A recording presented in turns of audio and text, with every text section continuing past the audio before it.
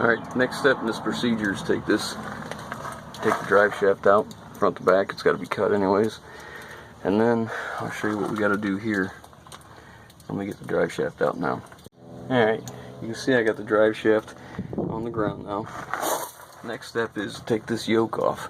15mm bolt, pull it out.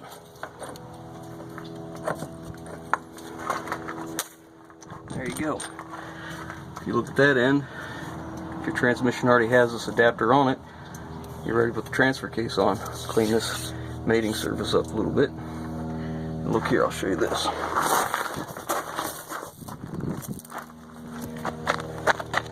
They look remarkably similar. So at this point, I'm ready to stick the transfer case up in here. So I'll get that in, I'll bring you back.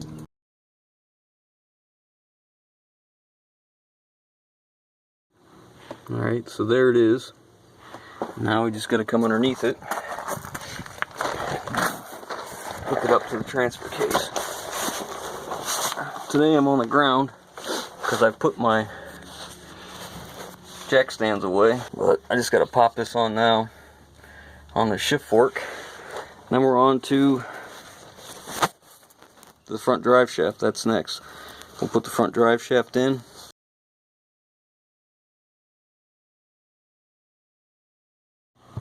Alright, it's time to cut out the carpet and the padding. And over the years, you see where the screw heads were. And the original one, it comes down to here and turns down. You see this imprint. What I want to do is cut out along the line of the opening what was here first and get the padding out.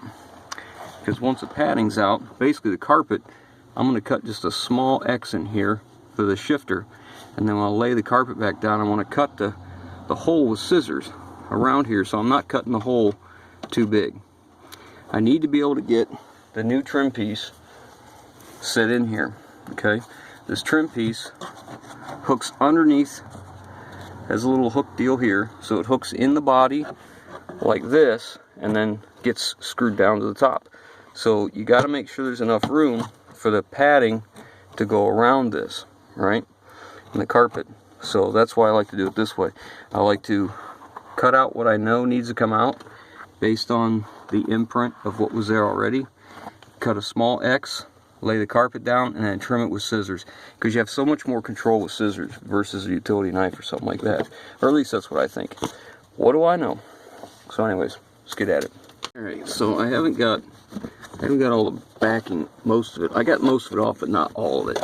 Alright, and now what we'll do is we'll lay this down here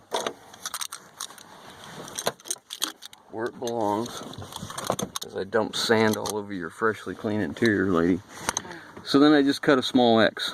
Okay, this is in the two-wheel drive position, so it comes back. It's all the way forward right now, but you can see the imprint of where I need to be. But I like to take my time on this because you get one chance to cut this carpet. So what I'm going to do now is I'm going to bring it back. I'm going to set the trim in place that goes underneath this, and then try and come around here and kind of press a crease into it with my finger so I can see exactly what I want to cut out. Okay, so it's in. My wife will get it all cleaned up later. I'm not too much worried about that right now. She's going to detail the whole truck. You know, it trimmed out nice. I'm not close or popping through anywhere, so that's good. It's a little bit more time than I was hoping, but it is what it is.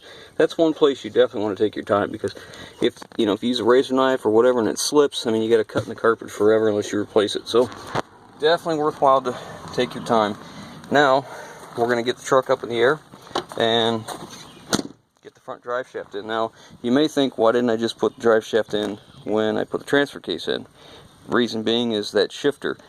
If I put the drive shaft in, you can't get to the bolts for the shifter as easy.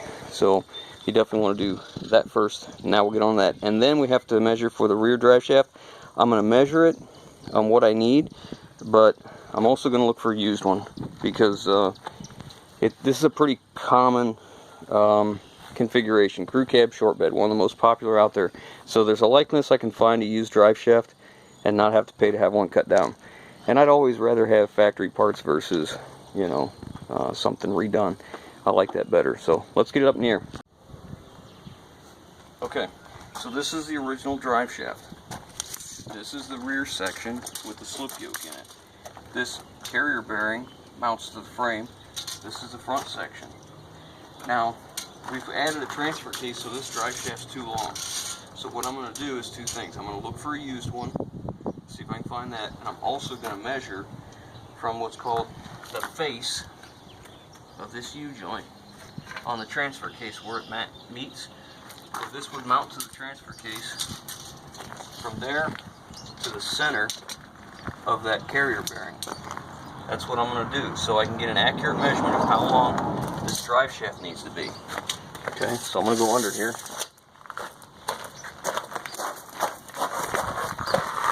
Okay, so here's the face of the transfer case. So all I need to know is a measurement from here down here. This is where the carrier bearing mounts. Okay, so I have to figure that measurement out. What it looks like to me is 26, if I can get as accurate as I can.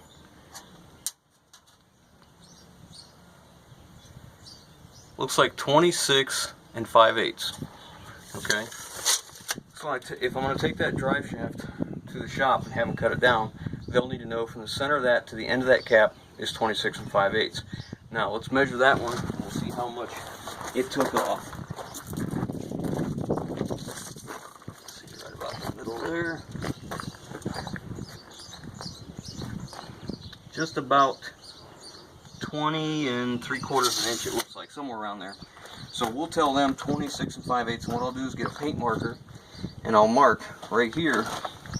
I'll put a line to the center of the carrier bearing. I'll put center to the carrier bearing. In the middle I'll put 26 5/8 this way, so they know that they won't miss that measurement. It won't get misinterpreted. So that's what we got to do now. There's one more thing we got to do. We need to let the truck down, and when you go to tighten up, this one last thing. This is when you tighten up these radius arm bolts. You don't do that while the axle's hanging. Yeah. Because if the axle's hanging and you tighten it up, once you tighten that up and that bushing gets squeezed, when you go to let it down, now you've twisted that bushing, and it's not where it's supposed to be at normal. We want it to where the truck's loaded, the weight's sitting on that, and it's in its normal position, so it has equal amount of movement up and equal amount down. So you don't want to tighten that up until you have all the weight of the truck sitting down the ground like normal. So that's what we're going to do next. We'll get that tightened up, but essentially we're done. I didn't have the correct center caps. I had some for aluminum wheels, and apparently they're a little bit thicker in here. So these are the original two-wheel drive ones, and I used a hole saw and I cut the center out. If I can find nicer ones, actual factory ones, that's what we'll put on, but if I don't, well, I don't think if I didn't tell you that, you may not have noticed it. Maybe not, I don't know. Anyways, I wouldn't know. Let me get this thing down. Okay. Alright, this is a 24mm socket, 24mm wrench.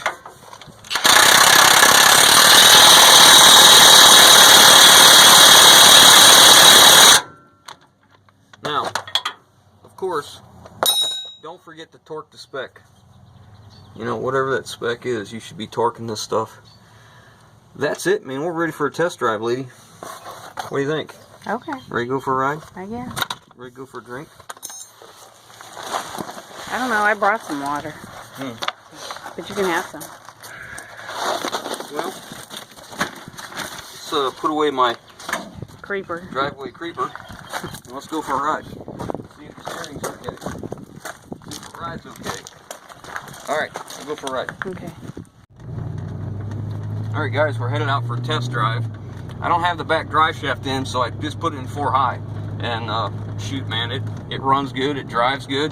The center point's off. It, you know, from where it's supposed to be. And I know that's in the drag link because it was off on the railroad truck when we took it apart. So we'll get it into the alignment shop and we'll get them to align the front end. And we'll see about the drive shaft. I'm either going to use a used drive shaft or have mine cut down, one or the other. But regardless, I think we're good to go. I think we're done. As soon as I get the drive shaft, I'll throw it in, but I'm not going to make a video of putting a drive shaft in. You guys know what that's like. So it doesn't pull, goes straight down the road, pretty nice. So I'm pretty happy. I've had it up pretty fast now, and hitting some bumps, and I'm not getting any wobbles. So whew. Yeah, there's some bumps. Yeah, these are some horrible roads around here. But anyways, if you guys like what we're doing, give us that thumbs up. If you haven't already, hit that subscribe button. And what do you say, lady? Leave your comments below, please. Please. All right, guys. Catch you on the next one.